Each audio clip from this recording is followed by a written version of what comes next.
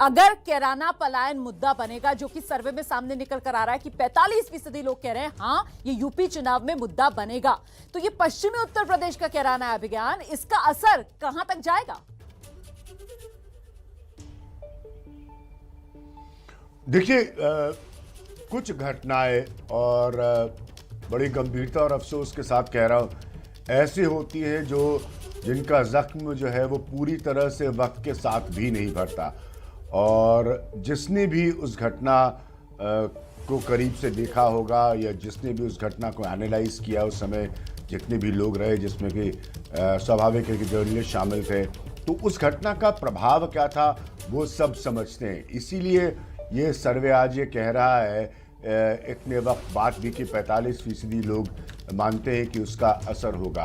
लेकिन मैं ये ज़रूर मानता हूँ कि पूरे उत्तर प्रदेश से स्वाभाविक है कहीं ज़्यादा जिस इलाके की ये घटना है वहाँ पर असर होगा। और पश्चिमी उत्तर प्रदेश जो है उसका इतिहास पोलराइजेशन पॉलिटिक्स के लिए, ध्रुवीकरण की जो राजनीति है उसके लिए वो जाना जाता है। तो इसलिए ये 45% लोग ऐसा मान रहे हैं। लेकिन साथ में आप ये भी देख लीजिए कि 27% नहीं कह रहे और 28% को पता नहीं है। तो आधे से ज़्यादा प्रतिशत वो भी है। लेकिन जैसा मैंने कहा कि दुखद होती हैं कुछ ऐसी घटनाएं जिनके जख्म पूरी तरह से वक्त के साथ नहीं भर पाते, और कैराना उस इलाके की उन एक घटनाओं में से। बिल्कुल, और लोगों के जहन में कहीं ना कहीं वो नक्श हो जाती हैं, जो बात यहां पर सामने निकल कर आ रही है। लेकिन जो मैंने सवाल पूछा था कि साहब क्या ये यूपी चुनाव का मूड सेट कर देगा, क्योंकि इसी पश्चिमी उत्तर प्रदेश से चुनाव की शुरुआत होने वाली है, कैराना पश्चिमी उत्तर प्रदेश में।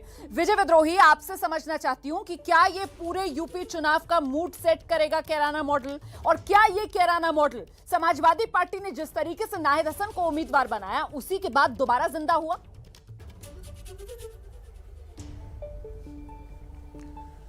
देखिए, 403 सीटें हैं उत्तर प्रदेश में और सीट नंबर 1 शायद कैराना है, अगर मैं सही हूं।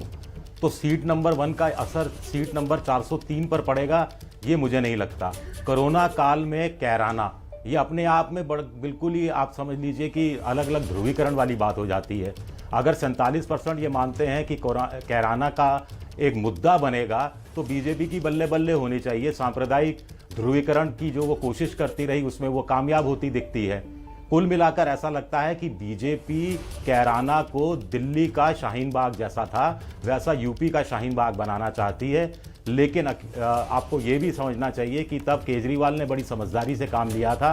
अब ये देखना दिलचस्प रहेगा कि अखिलेश यादव कैराना की पिच पर जाकर खेलते हैं या कि फिर वो केजरीवाल से सबक लेते हैं। कहानी ये है कि हुक्मदेव और यहाँ तो खेल शुरू हो गया ना, यहाँ तो नाहिद हसन को पहले ही उम्मीदवार बना दिया, जिसके बाद अब गैंगस्टर एक्ट के तहत उनकी गिरफ्तारी हुई है और वो सलाखों के पीछे हैं।